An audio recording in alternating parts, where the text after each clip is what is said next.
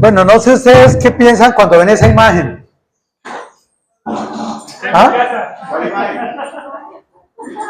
El azul del cielo.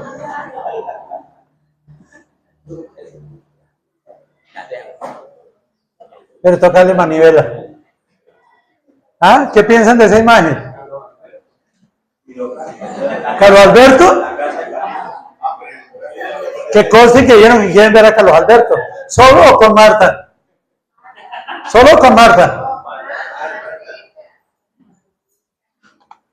Bueno, es que a veces nosotros no tenemos en cuenta algunas cosas básicas en la iglesia.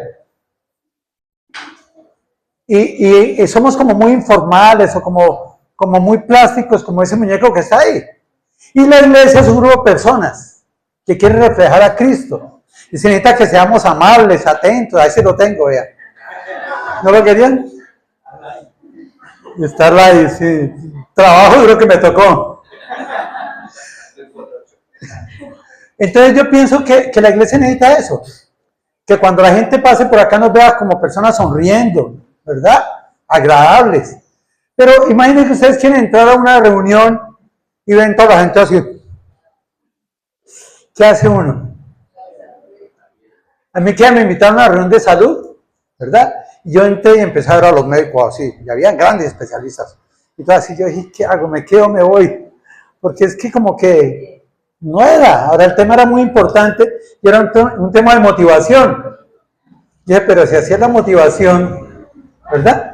Entonces yo pienso que parte de la iglesia es ganar un mundo de una forma amable, ¿verdad? Pero lo grave que estoy viendo de ahorita es que el tiempo pasa muy rápido. Pero la importancia del creyente y del ser humano es aprovechar el tiempo, ¿verdad? Y no sé si ustedes han reflexionado, pero ya estamos en diciembre, ¿verdad? Ya bienvenido diciembre, pasó noviembre, se acabó y ya diciembre. Y a veces uno en esta época, que es una época de reflexión, por eso el día de hoy yo quiero reflexionar un poquito.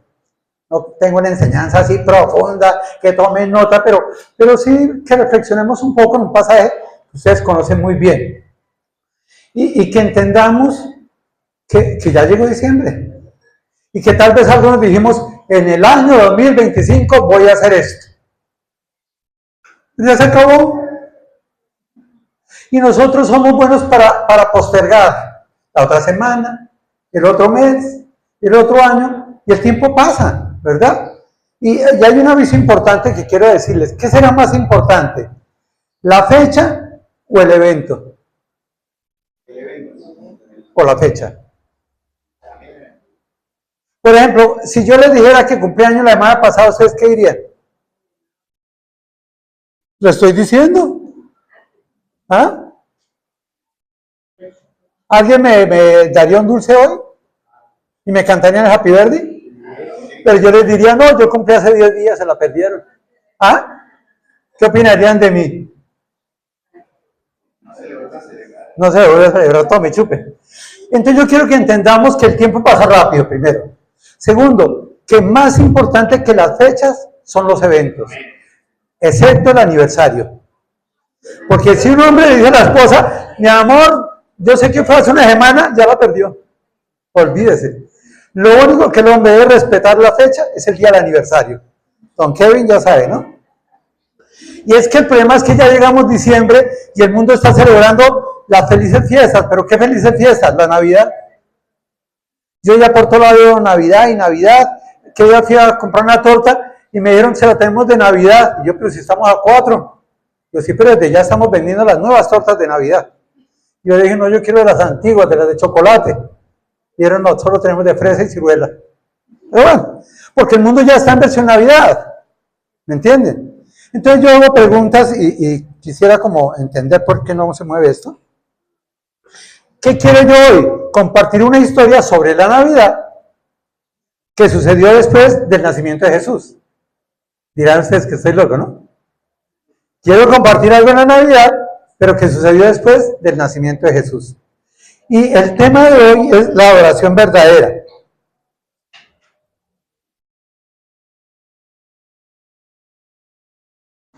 El tema hoy es la adoración verdadera y mientras hablamos de esto yo quiero que pensemos qué es adoración.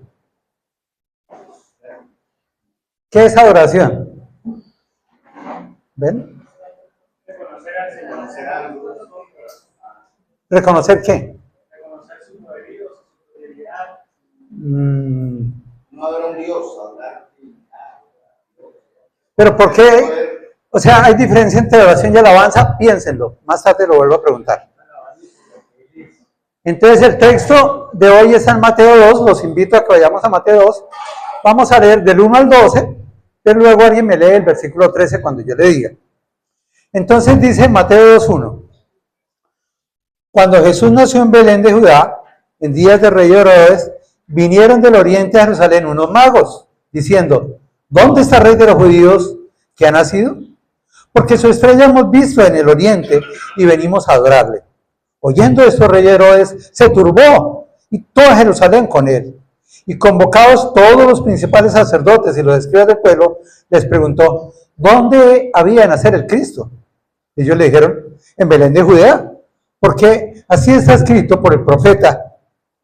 Y habla de Miqueas 5:2 que dice, y tú, Belén, de la tierra de Judá, no eres la más pequeña entre los príncipes de Judá, porque de ti saldrá un guiador que apacentará a mi pueblo Israel. Entonces Herodes, llamando en secreto a los magos, indagó de ellos diligentemente el tiempo de la aparición de la estrella, y enviándolos a Belén dijo, id allá y averiguad con diligencia acerca del niño, y cuando le halléis, hacedmelo saber, para que yo también vaya y le adore. Mateo 2:9 dice, ellos habiendo oído al rey, se fueron, y aquí la estrella que habían visto en el oriente iba delante de ellos, hasta que llegando se detuvo sobre donde estaba el niño. Y al ver la estrella se regocijaron con muy grande gozo. Y al entrar en la casa, vieron al niño con María la madre, y postrándose, lo adoraron. Y abriendo sus tesoros le ofrecieron presentes, oro, incienso y mirra. Pero siendo avisados por revelación en sueños que no volviesen a Herodes, regresaron a su tierra por otro camino. Pregunto, ¿de qué habla esta historia? ¿De la Navidad? Pero podríamos decir que la Navidad, ¿o no? ¿Qué quiere decir la palabra Navidad? O natividad, ¿qué quiere decir? Nacimiento. Entonces, ¿de qué estamos hablando? Yo no lo dije, lo dijeron ustedes. Que conste, ¿no? ¿Este es de chocolate? Es que este es de arequipe.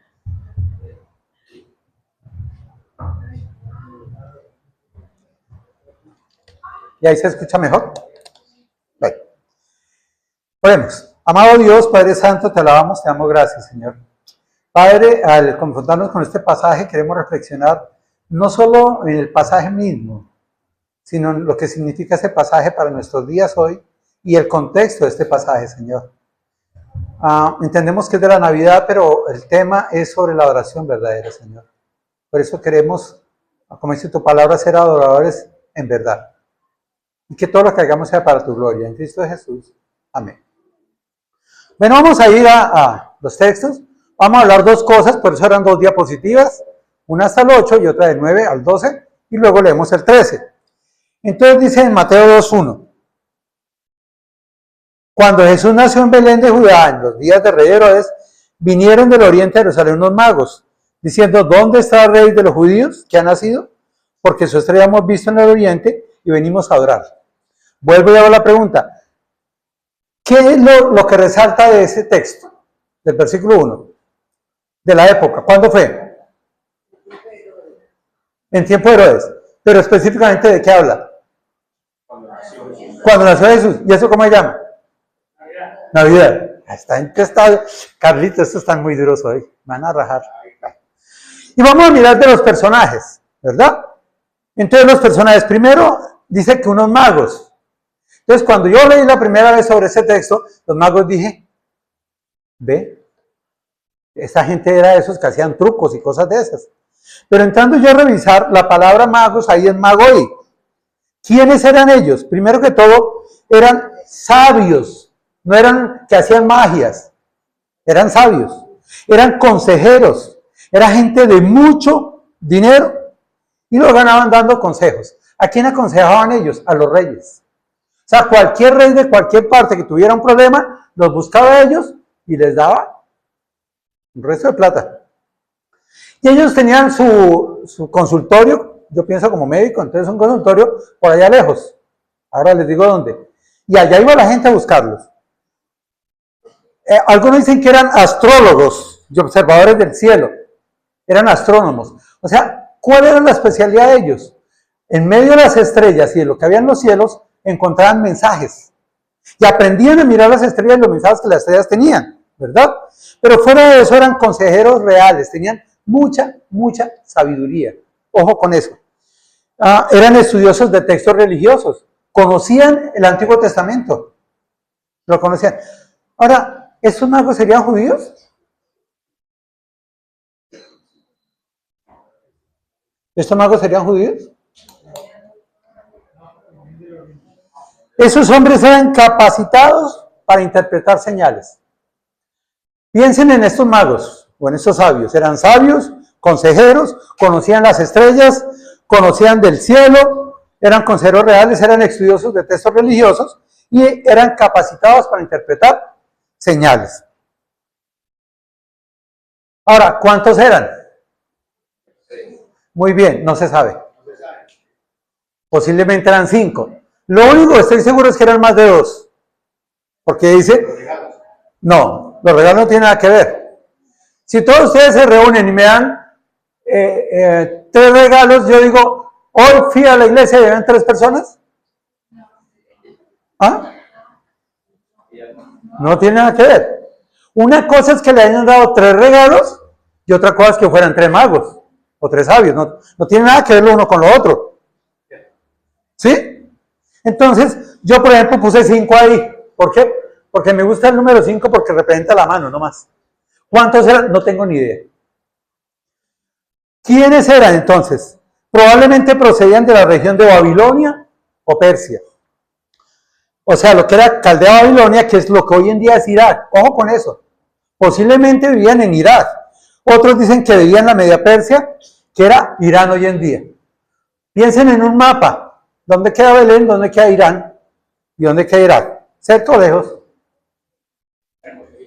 Bueno, en el mapa yo lo veo como a 3 centímetros. Pero camínenlos. Entonces, estos hombres eran gentiles que Dios estaba guiando. Por eso dice, cuando Jesús nació en Belén de Judea, cuando nació, en los días de Rey Herodes, vinieron del oriente de Jerusalén los magos diciendo, ¿dónde está el rey de los judíos? Escuchen muy bien lo que quiere decir el texto.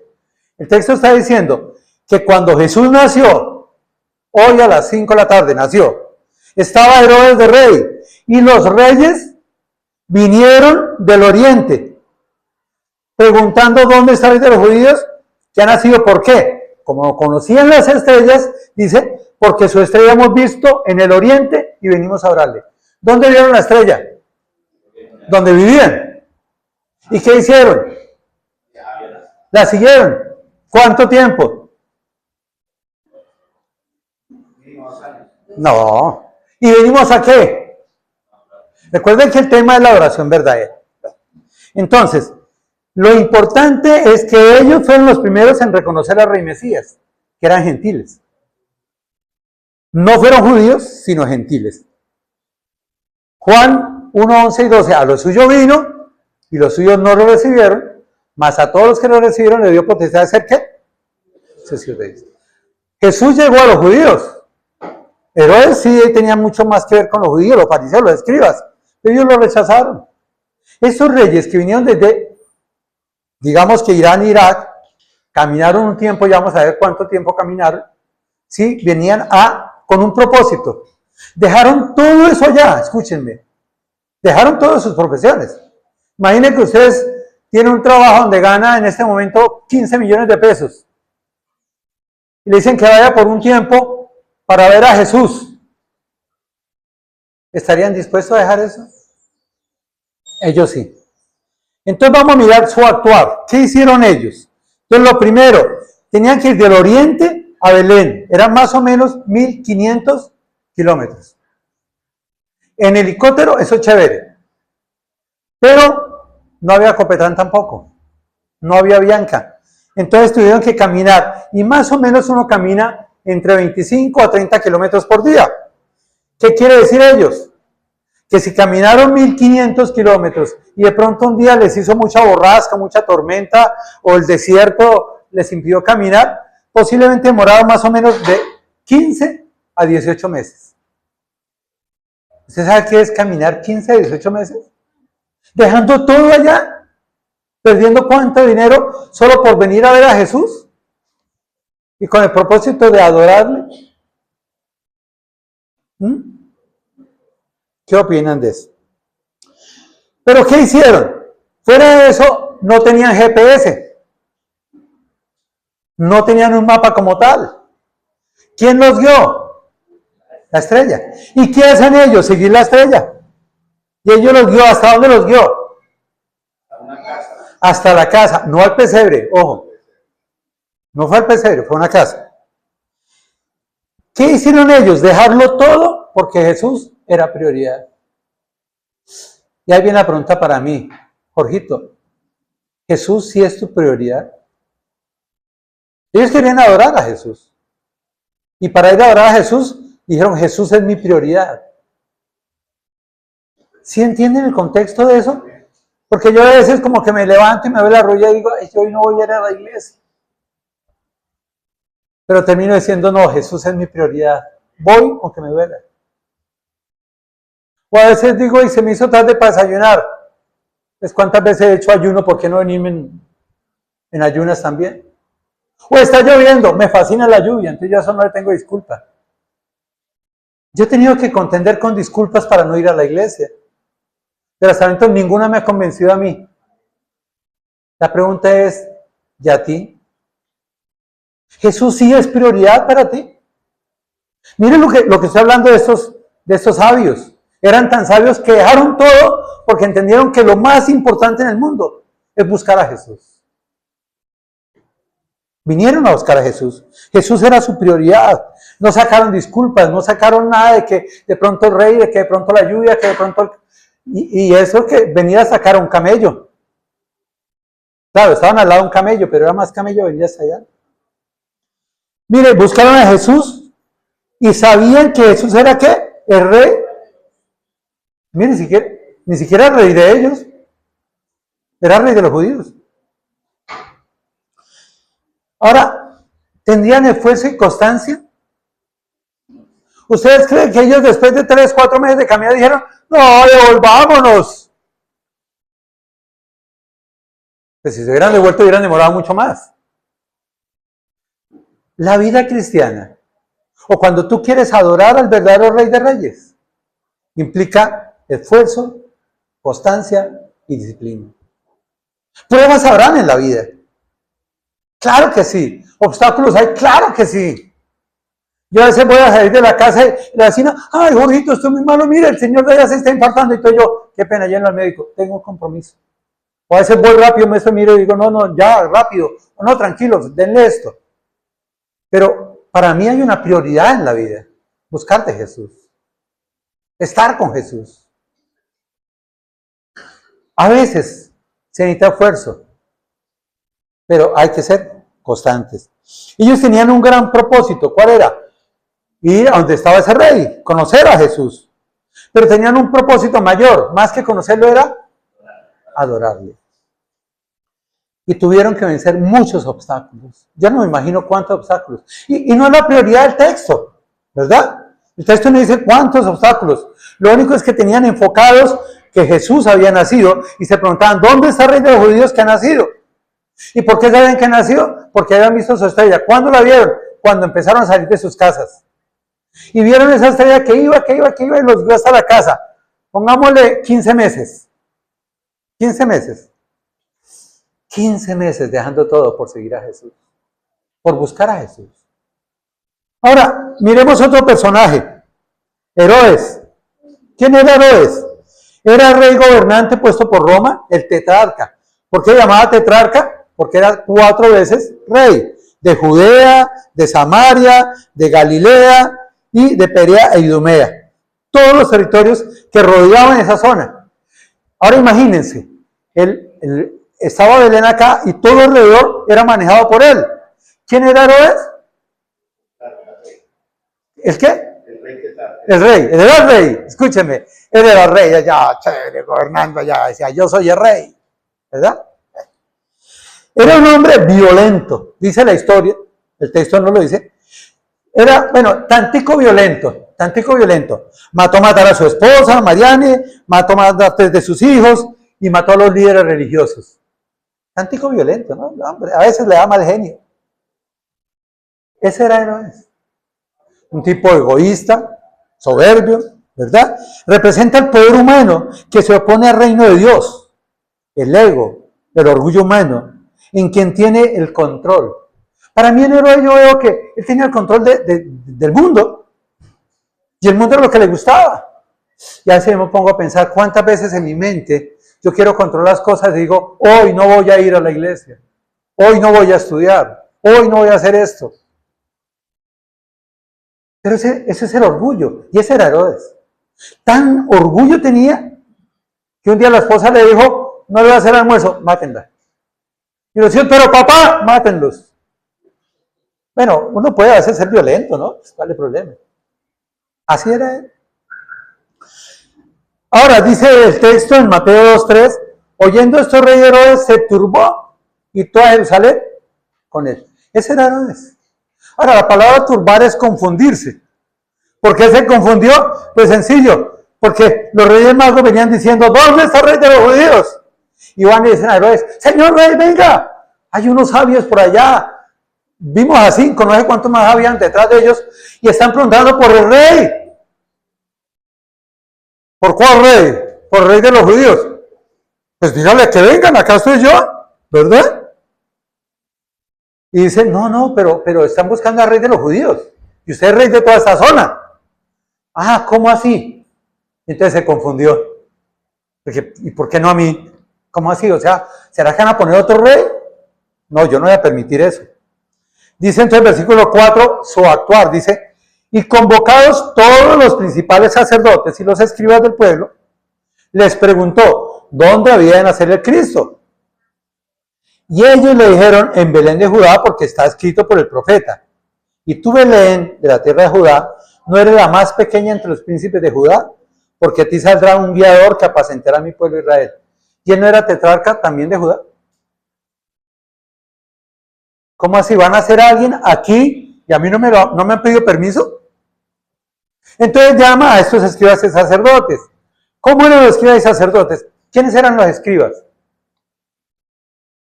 ¿Quiénes eran los escribas? Los que escribían las escrituras. Los que transcribían las escrituras, pero conocían las escrituras. ¿Y los sacerdotes? ¿Ah? Líderes religiosos, eran religiosos. Imagínense, convoca a los religiosos y a los que conocían las escrituras. Imagínense, Herodes, los que conocían las escrituras y los religiosos. O sea, ¿quién debería convencer a quién? ¿Quién debería convencer a quién? Y los escribas. ¿Ven? Pero dice acá que tenía temor. ¿Por qué tenía temor? Porque le habían dicho que había nacido de Cristo. ¿Verdad? Estos conocían las escrituras, obviamente, conocían las profecías, Miqueas 5:2, sabían que nacería un guiador que apacentará a su pueblo. La palabra apacentar es diferente de pastorear. Pastorear es mucho más avanzada. Apacentar es alimentar y cuidar ovejas. Es decir, que ese Cristo que venía, tenía 2 funciones. Alimentar a los suyos, en este caso a los judíos, y cuidarlos. Ese era el propósito de Jesús. Pero yo les hago una pregunta. ¿Será que para adorar a Dios basta solo con conocer las escrituras? ¿Ellos la conocían? ¿O no? ¿Los escribas y los religiosos conocerían las escrituras? ¿Y estarían dispuestos a adorar a Jesús? Pero por otro lado vienen unos que dejaron todo por buscar a Jesús. Tenían concreto en su cabeza, vamos a adorar a Jesús. Lo dejaron todo y vinieron ¿para qué? Para adorar a Jesús. Luego la adoración verdadera es más que conocer la Biblia. La oración verdadera es mucho más que conocer las escrituras. Es mucho más que leerlas. Ellos las leían, las sabían, las conocían. Tanto que acordaron, ay, pero Miqueas 5:2, a ver, se lo recito. Y tú vele, se las sabían. Pero eso lo hacía adoradores, no sé. Entonces Herodes, llamando en secreto a los magos, bueno, entonces, ¿cómo fue el actuar de Herodes? Entonces Herodes, llamando en secreto, hey, vengan, llámenme a los magos. ¿Por qué en secreto?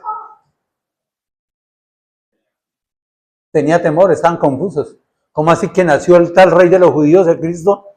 Y entonces, ¿qué va a pasar con Miguelito? Miguelito debe ser, ¿no? No, por si la mosca.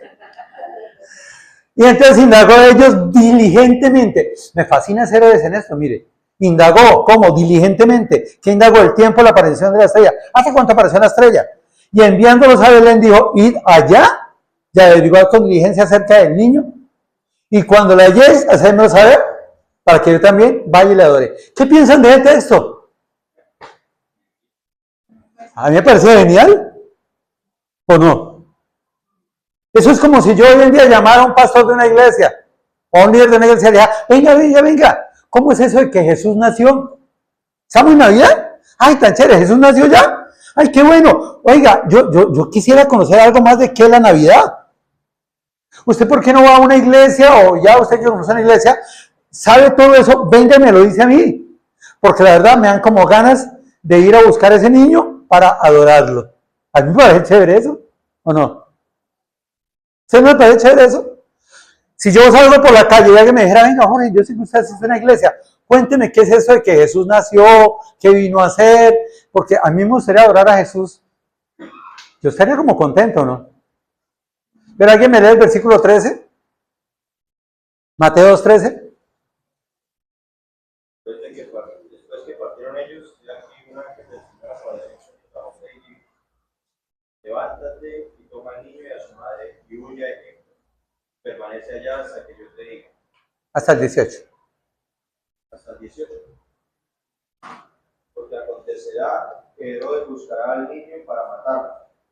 Y él, despertando, tomó de noche al niño y a su madre y se fue a Egipto. Y estuvo allá hasta la muerte de Herodes, para que se cumpliese lo que dijo el Señor por medio del profeta cuando dijo, de Egipto llamé a mí.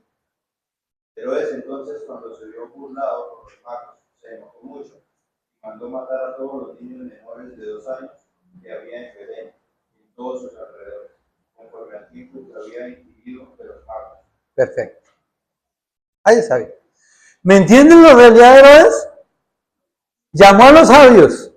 Venga, ¿cómo es eso? ¿Que nació? ¿Dónde nació? ¿Cómo está? Y entonces dijo, ya, cuando ellos vengan, lo voy a adorar. Sí, eso quería hacer o no, adorarlo. ¿Por qué se dio eso? Porque él lo dice. Dice que cuando se vio burlado dijo, ¿sí? ¿Creen que le van a ganar al tetrarca? No, señores, pues máteme todos los menores de 2 años. Porque Jesús ya tendría ¿cuánto? 18 meses, 19 meses, 20 meses, pongámosle. No se le olvide, ¿cuánto tenía Jesús en esta historia? Menos de ver, porque si hubiera tenido 2 años o 2 años, Piquito hubiera mandado a matarlo a los menores de 3 años. Y miren cómo dice, ¿no? Y enviándolos a averiguar con diligencia acerca del niño, dice que él indagó de ellos diligentemente el tiempo de la aparición de la estrella.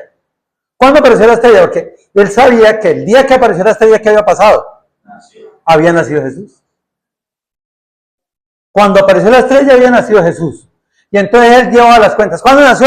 El 28 de agosto a las 5. El 28 de agosto, entonces mátenme a los menores de 2 años. Perdón. Uy, me estoy confundiendo yo otra vez. Es que tanto texto en la cabeza me da. ¿Jesús ya había nacido cuánto tiempo antes? Por lo menos 18 meses. Bueno, vamos a mirar qué pasa. ¿Qué hizo? Llamó a los sabios consejeros, investigó de quienes sabían, fue diligente, le envía con una misión que expresa un deseo de adorarle. A mí eso me pareció genial. Y así debe ser uno, ¿verdad? Buscar la gente que sabe, ser diligente, enviarlos con una misión, eso me parece muy chévere.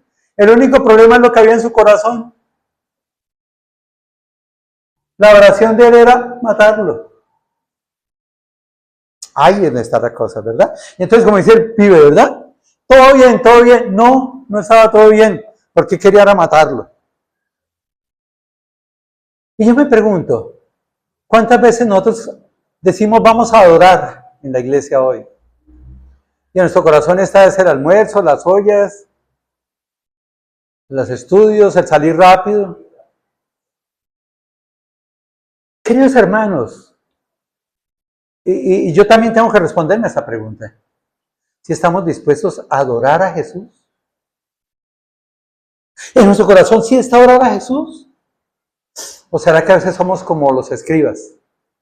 Que conocemos la palabra de Dios, pero eso no nos mueve a buscar a Jesús. ¿O somos como Herodes? Que indagamos, estudiamos, buscamos. Pero nuestro propósito no es servir a Jesús, sino apartarlo de nuestras vidas. Créanme que a mí reflexionar en eso, a mí me duele, por mí. Porque a veces yo me veo que me falta más servir a Jesús.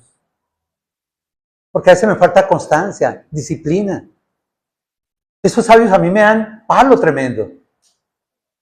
18 meses dejaron. Pero ¿sabe qué era lo peor? Que les tocaba volverse todavía. O sea que fueron más de 3 años donde dejaron todo por servir a Jesús. Solo con el propósito de adorarle. ¿Qué estás dispuesto a dejar tú para adorar a Jesús? ¿Cómo es tu adoración a Jesús? Bueno, miremos, repasemos un poquitico, ¿sí? Entonces, si yo quiero hablar de pasos para una verdadera adoración, porque el tema es la verdadera adoración, solo que estoy pegándome de este texto. 3 pasos para una verdadera oración. Hasta el momento, ¿qué han hecho los magos, los sabios?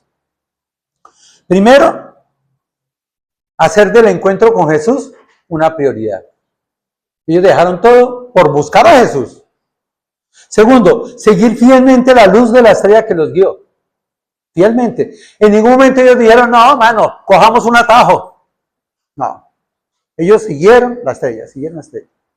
Sin embargo, vale la pena preguntar, ¿será que hoy en día yo tengo que salir a buscar la estrella del norte para seguirla? ¿O cuál es la estrella para mí hoy?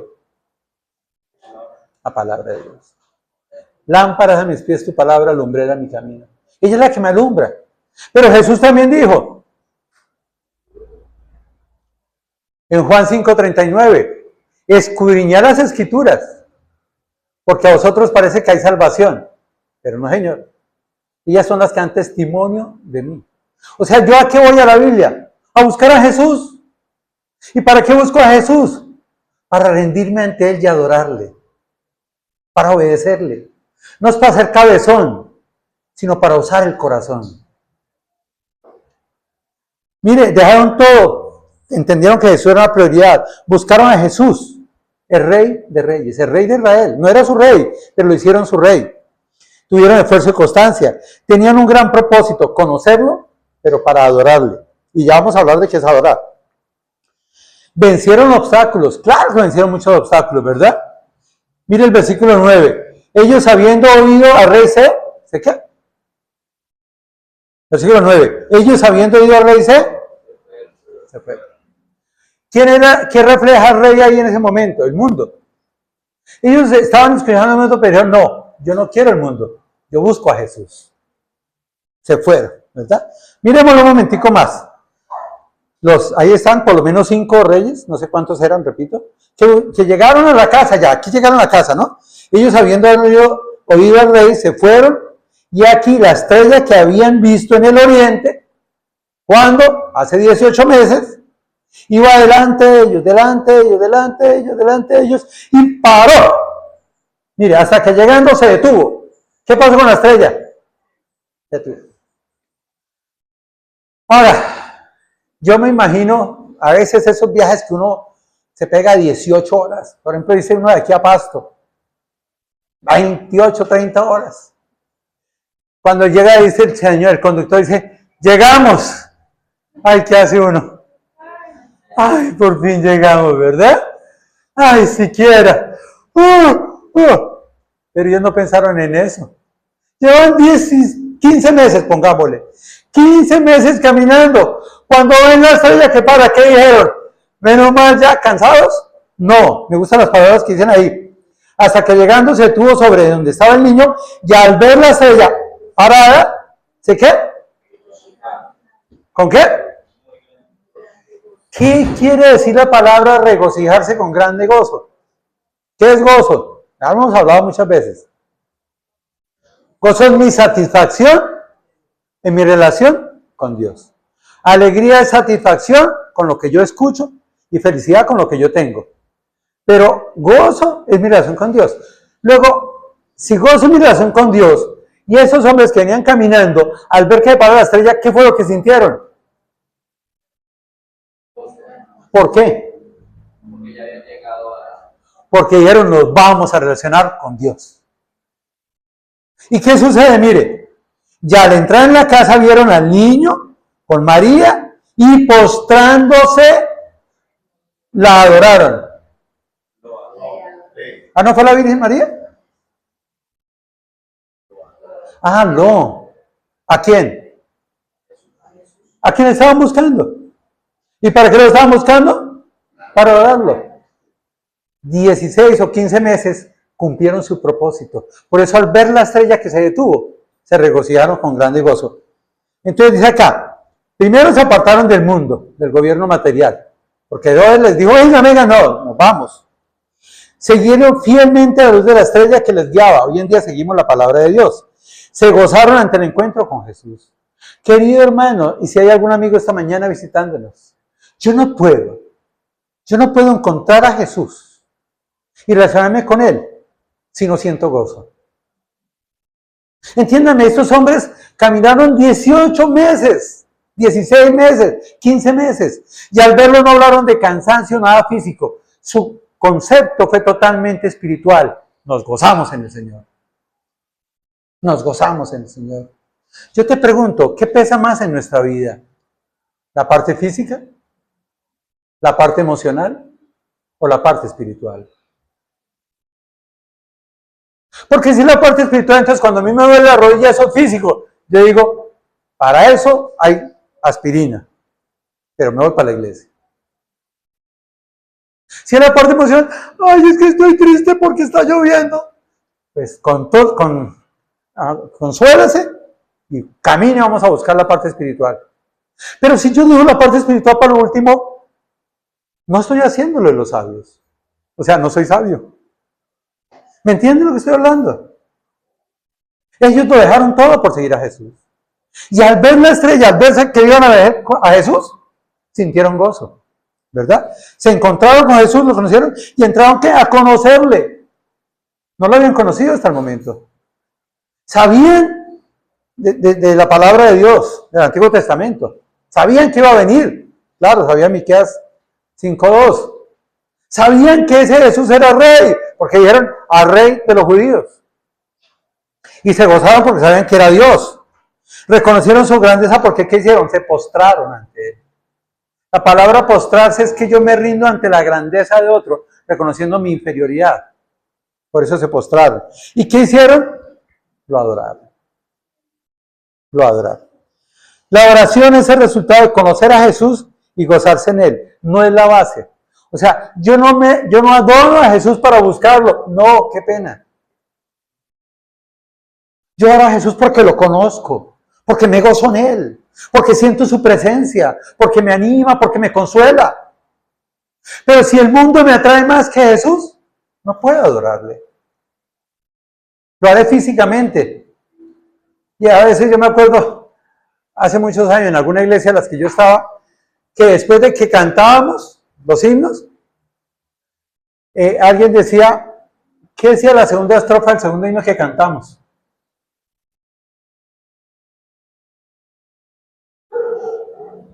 ¿Por qué puede pasar eso? Porque hacemos un acto inconsciente, rutinario.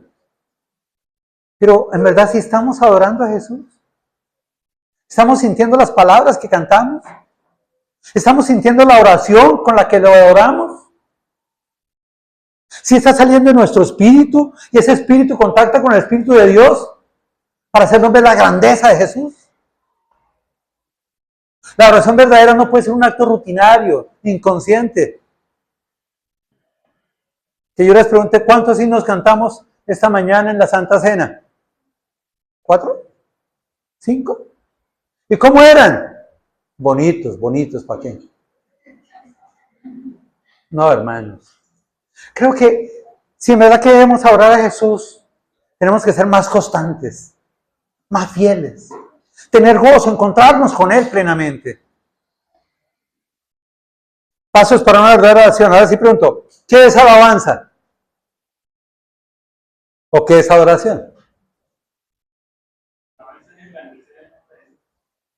¿Por qué? No. Por lo que Él hace. Alabanza es reconocer lo que Jesús hace. Quiero alabar a Jesús porque me resolvió este problema que yo tenía. Quiero alabar a Jesús porque ha sido tan grande conmigo. Pero la adoración, ¿qué es? Por lo que Él es reconocer lo que Él es, independiente de lo que haga. Yo reconozco su grandeza, reconozco su poder, su gracia, su misericordia. Y al reconocer eso, esa grandeza de Él, solo puedo hacer una cosa, adorarle. Independiente de lo que Él haga, ¿me entienden? Independiente de lo que Él haga, es lo que es Él. Ahora, ¿qué hicieron los reyes? ¿A qué venían los reyes, los sabios? Hemos venido a buscar al rey porque queremos ¿qué? Adorar. Ahora, ellos venían a adorarle. ¿Uno adora por qué? Por lo que Él es. Entonces hago una pregunta. Cuando yo doy un regalo, ¿qué vale más? ¿El precio o el significado? ¿Sabes que a veces pensamos en el precio de las cosas? Yo llevo 5 días buscando un papel que necesito antes del martes. Pues quiero llevarlo para una reunión que tengo. Y no lo he encontrado. Pero buscando entre las cositas, encontré una cajita con una bolsita de una chocolatina. Y en la chocolatina encontré un nombre. Cuando me acordé, esa chocolatina me la dio hace muchos años, tendría yo como 15 años, 10 años, una persona que yo quería mucho. Y me dio la chocolatina y yo la guardé. ¿Cuánto valía la chocolatina en esa época? 5 centavos, 6 centavos. Pero no la guardé por lo que valiera, yo no la guardé pensando, este envoltura se va a cotizar y luego la vendo en 10 millones. No. El valor de lo que me dio esa persona. Pero independientemente de eso, lo que valía la persona para mí. Y me puse a mirar, yo tengo cartas, algunas cartas por allá, algunos papelitos, algunas bobaditas. En esa época pues uno no tenía fotos ni nada, porque ¿quién tomaba fotos en esos espacios? Estoy hablando de 60 años, 50 años. Pero sí tengo esas etiquetas de chocolatina, de dulces. Tengo una boleta de la primera vez que fui a cine. Imagínense. Pero no voy a decir con quién fui. ¿Qué quiere decir eso? Que lo importante de un regalo no es el precio, sino el significado. Por lo cual, ¿qué regalaron estos reyes, estos sabios que le trajeron a Jesús? ¿Se acuerdan? Le adoraron y abriendo sus tesoros. Dice, abriendo sus tesoros. ¿Cuántos tesoros? No sé cuántos eran. Yo no sé cuántos sobres tenían. Yo no sé cuántos cofres tenían. No lo sé. No sé cuántos sabios eran. No lo sé. Lo único que sé es que entre todos los que habían, dijeron, Jesús, te trajimos esto. Y abriendo sus tesoros, ¿verdad? Encontraron 3 cosas valiosas. No por el precio, sino por su significado. Entonces, ¿qué le regalaron? ¿Se acuerdan? Oro. Mira. Pregunto, ¿qué quiere decir el oro? El oro era algo precioso que solo se le regalaba a los reyes. O sea, yo no podía ir a donde un rey a decirle, señor, le regalo el último carro que salió. ¿Saben por qué no? Porque en esa época no había carros. Así de sencillo. Pero no era, ¿me entiende? Si yo iba donde un rey, era oro. No más. Entonces yo pregunto, ¿cuál es el significado de regalarle a Jesús oro? ¿Quién era rey? ¿A quién hemos venido a buscar? Al rey de los judíos. ¿Qué le tenemos que traer? ¿Qué más le trajeron? ¿Qué es el incienso? En Apocalipsis 5:8 y en 20 dice que el incienso es la oración de los fieles. Pero el incienso tiene un significado real, que es un olor, porque es un aroma. ¿Y qué hacen los aromas? Ascienden. Escúcheme muy bien. Un aroma asciende. El incienso lo que representa es que si yo prendo aquí incienso, ese humo va subiendo. Luego, ese humo significa que Jesús, de una u otra manera, iba a subir. Iba a subir. ¿Y el otro regalo qué era? La mirra. ¿Y qué era la mirra? Para que mirre bien. La mirra era con lo que embalsamaban a los muertos. Y el incienso es algo que se levanta. Luego pregunto yo, ¿de dónde sacaron esos tesoros ellos? ¿De dónde lo sacaron? ¿Lo compraron en el mercado, en el Éxito, cuando venían caminando? Lo traían. O sea, desde que ellos salieron con un propósito, adorar al rey. Y si vamos a adorar al rey, reconocemos tres cosas de él. Primero, que es rey. Segundo, que va a morir por los suyos. Y tercero, que va a resucitar de los suyos. Eso es lo que dice la historia aquí, ¿verdad? Ellos reconocieron que el niño Jesús, a quien estaba ahí en la cunita, es Rey de Reyes, que vino a morir por nosotros, que resucitó bien, venció la muerte y que vive y volverá. Luego, si queremos adorar a Jesús, tenemos que entender que Él es Rey. Y si es Rey, ¿yo qué soy? Siervo. Si tú vas a Jesús, tienes que entender que debes de servirle a Él. No por ti, sino porque Él es Rey. Porque Él es grande. Porque Él es poderoso. Porque Él es misericordioso. Porque es Dios de toda gracia. ¿Me entienden? No es si se lo merece o no se lo merece, porque Él es. Por eso tenemos que reconocer lo que Él es. Segundo, tenemos que entender que Jesús murió por mis pecados, para hacer justicia de Dios en Él. Y tercero, que no quedó muerto, que resucitó y que vive. Ese es Jesús. Ese Jesús que nació en una cuna ¿hace cuánto nació Jesús? ¿Alguien me dice, por favor? ¿Alguien me dice la verdad? ¿Alguien me dice la verdad o no se la saben? ¿2000 qué? No.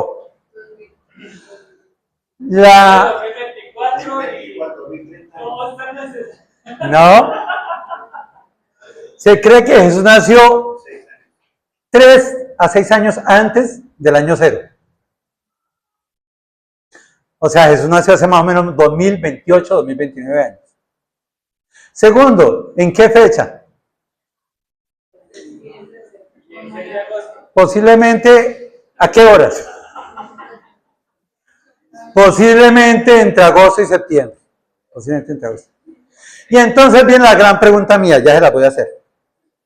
Entonces, ¿cuál es el resultado de una verdadera oración?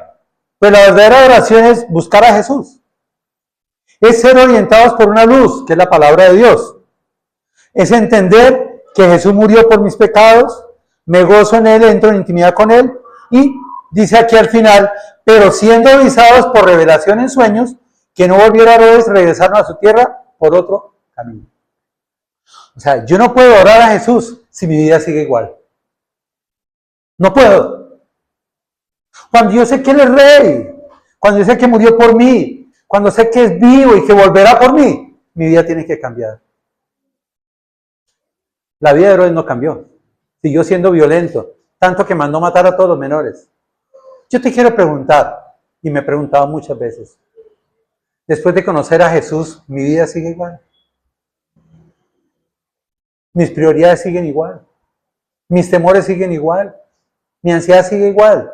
Tenga cuidado, porque tal vez no puedes adorar a Jesús como lo merece. Ellos cambiaron. Y obviamente yo no puedo orar a Jesús si mi vida no está formada. Preguntas sencillas. ¿Qué es la Navidad entonces? ¿Qué es la palabra Navidad qué es? Nacimiento. Perfecto. ¿Cuándo sucede la Navidad? 24 de diciembre. ¿Cuándo?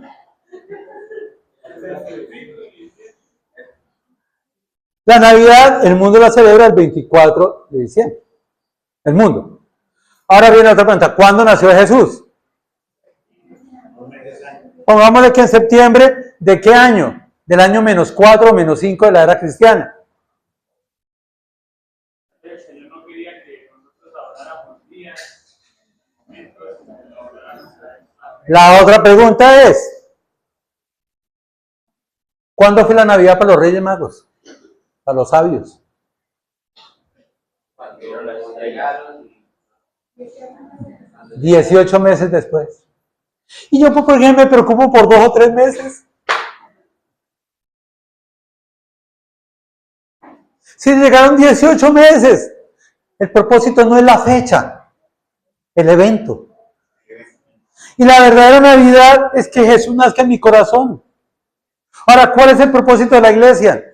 ¿Cuál debería ser el propósito de la iglesia?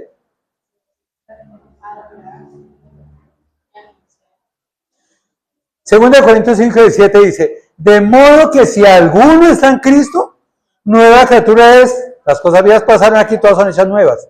Luego, el propósito del creyente es aceptar a Cristo para que su vida sea cambiada. Todo lo viejo pasa, todo se ha hecho nuevo. ¿Qué pasa en ese momento? Versículo 18. ¿Y todo esto proviene de quién? De Dios. O sea, no es mío, es de Dios. ¿Y qué hizo Dios? Nos reconcilió consigo mismo por Cristo. Jesús es el Redentor, es el reconciliador. Él murió en la cruz por mí, ¿para qué? Para que yo, que estaba separado de Dios por mi pecado, al quedar roto ese pecado, porque Jesús pagó por él, tengo entrada a Dios. ¿Estamos o no? ¿Qué me separa a mí de Dios? El pecado. ¿Qué hizo Jesús? Quitó el pecado en medio. ¿Para qué? Para que Dios sea reconciliado con Dios. ¿Y basta? No, no basta. Porque dice, quien nos reconcilió consigo mismo por Dios y nos dio el ministerio de la reconciliación. Es decir, que somos ministros. ¿Qué es un ministro? ¿Qué es un ministro? ¿Representante de qué? Por ejemplo, dígame un ministerio en Colombia. ¿Qué tiene que hacer el ministro de Hacienda?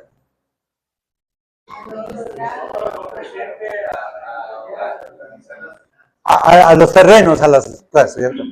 Ahora, en otros años, o en otros países, para no caer en show, ¿qué debe tener el ministro de Hacienda? Conocimientos de la Hacienda, saber de economía, saber de bursátilidad, saber todo eso. ¿Por qué? Porque es ser experto en eso. Ahora, cuando Jesús nos reconcilió y nos dio el ministerio de la reconciliación, ¿cuál es el ministerio de la reconciliación? Que Dios estaba en Cristo reconciliando consigo al mundo. ¿Qué haciendo? No tomando en cuenta a los hombres sus pecados, y nos encargó a nosotros la palabra de la reconciliación. ¿Qué tiene que hacer un ministro de la reconciliación? Conocer la palabra. ¿Ese conocimiento es teórico o práctico? O sea, sería el colmo que yo sea el ministro de Hacienda y haya comprado 4 casas y me tumbaron en todas. Puede suceder. Pero lo que Dios quiere es que aquellos que han sido reconciliados, Dios les da un ministerio de reconciliación. Es decir, los hace expertos en reconciliar. ¿Sí me entienden? Luego, mi función en el mundo es reconciliar al mundo con Dios a través de Cristo. Pero mire el versículo 20. Así que somos embajadores en nombre de Cristo. Y ahí viene otra pregunta. ¿Y entonces qué es un embajador?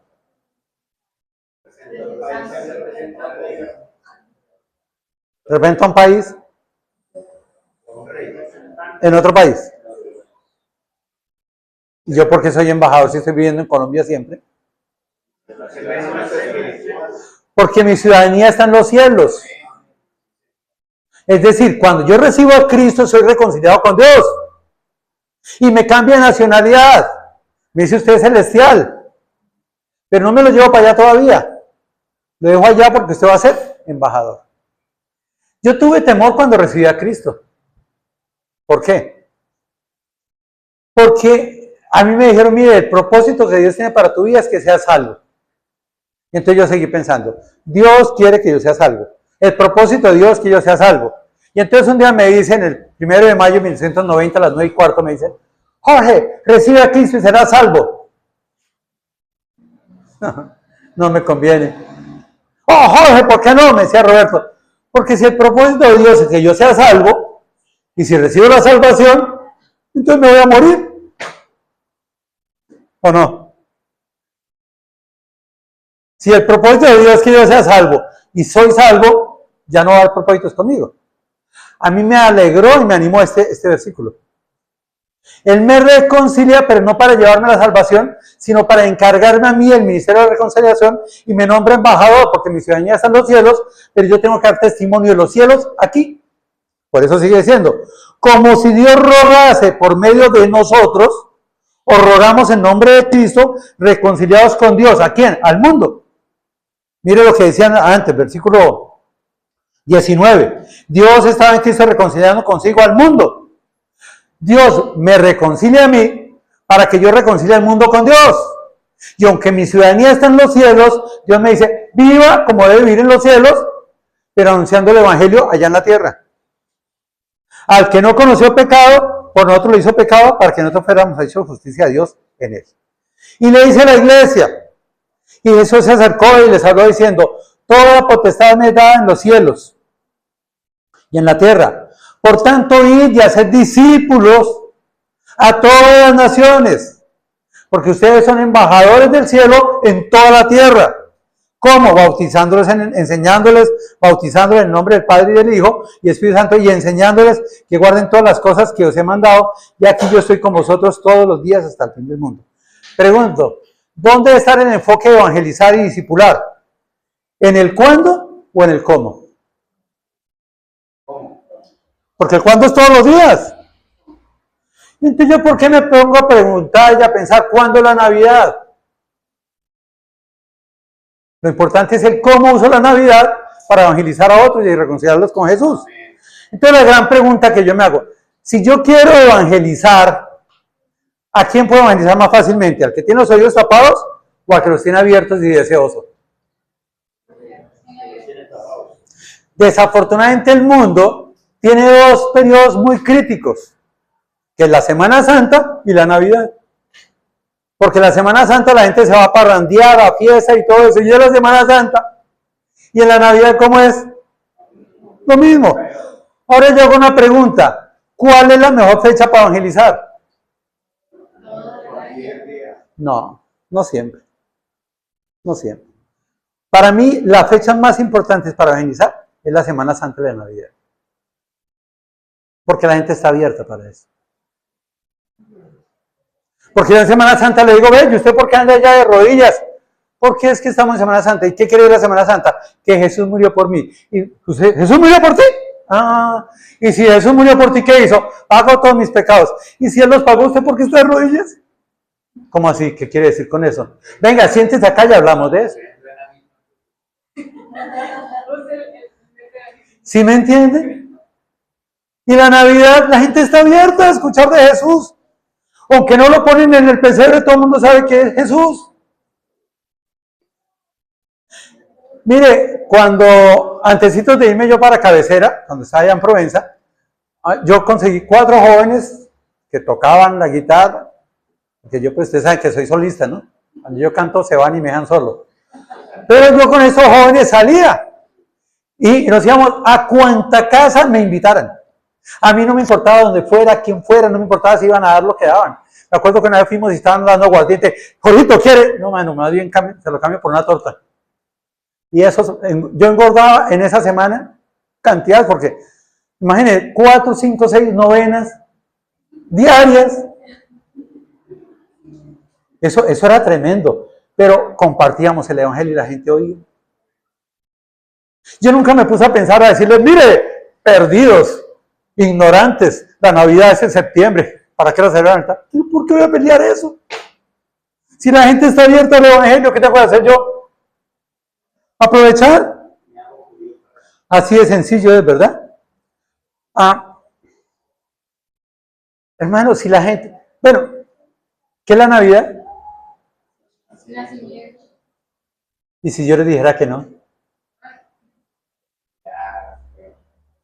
¿Qué celebra el mundo en la Navidad? No, lo que pasa es que en el siglo IV, más o menos en el año 380, se vio que la época de mayor luz era el solsticio de invierno, que era el sol invictus, porque era cuando salía, y pusieron Navidad en esa época, eso es cierto, ¿verdad? Pero, ¿qué celebra el mundo en la Navidad? No, eso es la parte comercial. Dos preguntas. Primero, ¿cuánto dura el mundo celebrando la Navidad? ¿De qué día a qué día? No, eso es. No. Las reuniones familiares, ¿cuándo la empiezan a hacer?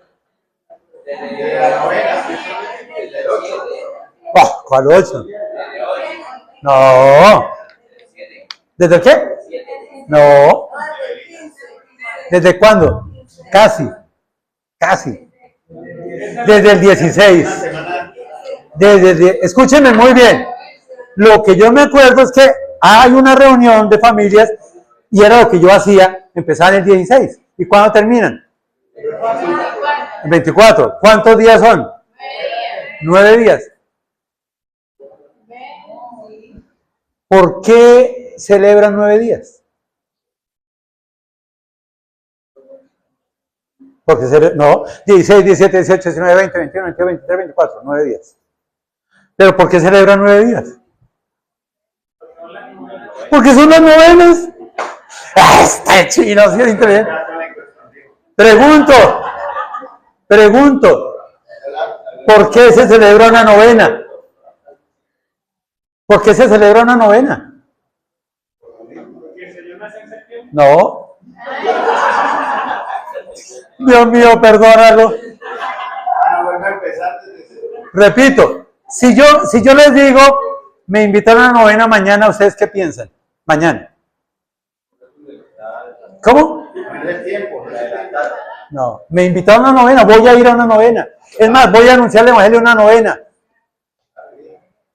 ¿Por qué? ¿Por qué voy a ir a una novena? ¿Qué pasó? No. ¿Qué pasó? ¿Qué sucedió? La familia que me invitó, ¿qué pasó? ¿Ustedes saben qué es una novena? No, es que me hicieron el cuento allí. ¿Qué es un novenario? Cuando se muere alguien. Y entonces se murió el tío fulanito. Ay, los invito a la novena. ¿Qué es una novena? Una reunión para ver la muerte de alguien. Peor todavía, entonces le voy a poner el ejemplo más chévere. ¿Cuáles son los colores de la Navidad? ¿Cuáles son los 3 colores de la Navidad? Rojo, verde ¿y qué? No.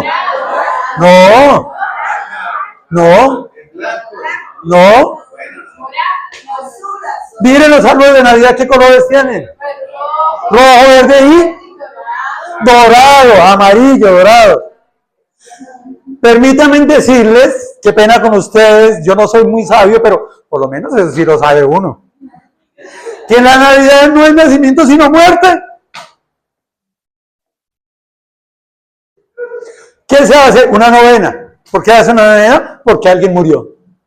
Entonces, para mí la Navidad es la mejor época de decir que Jesús murió por nosotros en la cruz. Sí, nació, pero no vino a nacer, vino a morir. Porque si yo celebro el nacimiento de Jesús, estoy diciendo que Jesús nació ya lleva nacido 2029 veces. Eso no es cierto. Todavía que me digan que celebramos el cumpleaños, ahí sí lo pienso. Sí, porque ya cumpleaños. Pero no es que Jesús haya nacido 2028 veces. La verdad que celebramos que Jesús murió por nosotros. Y por eso los colores son rojo, que significa muerte, verde esperanza y dorado reino. Luego la Navidad es el mejor tiempo para anunciar que el reino de Jesús vino porque Jesús murió en la cruz por nosotros para darnos esperanza de vida eterna. ¿Ah? Entonces, la verdadera oración implica buscar a Jesús a través de una luz que es la palabra de Dios. Jesús debe ser nuestra prioridad. Dejar de escuchar al mundo para escuchar la palabra de Dios. Encontrar a Jesús, Juan 5:39, estudian las escrituras, que otros os parece que ellas son las que dan la salvación, les dan testimonio de mí. Entender que Jesús es Rey, entender que Él murió por mí, reconciliando y redimiendo, no solo a mí, sino al mundo. Y me dio el ministerio de la reconciliación y me nombró embajador. Él murió para hacer justicia divina. Jesús vive porque no quedó allí, sino resucitó como el incienso. Y debemos de postrarnos ante Él reconociendo su grandeza. Eso tiene que ver con la oración. Pero luego, si yo reconozco la grandeza de Dios, que es mi Rey, que murió por la cruz por mí, mi vida debe ser cambiada. Mi vida debe ser transformada. La vida cristiana no es un evento, es un proceso de transformación a través del Espíritu Santo. A través de meterme y sumergirme en la palabra de Dios, no para llenar mi cabeza, sino mi corazón. Mi corazón. Si quieren tomarle foto a eso, tómenselo.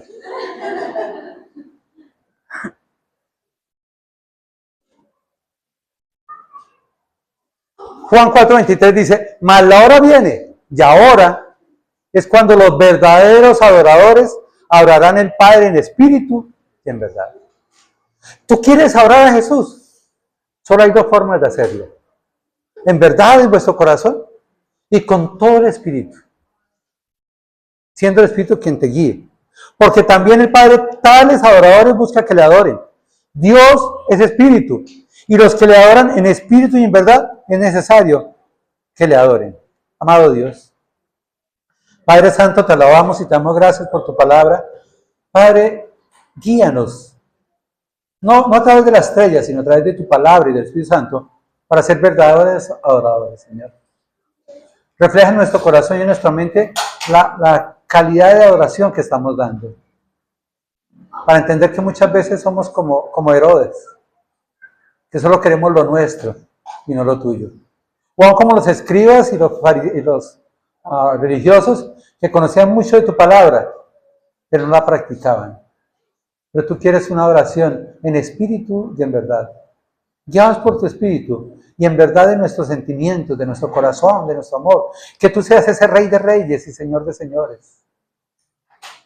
Que entendamos que tú moriste en la cruz por nosotros y que es justo que nosotros moramos al yo para ti.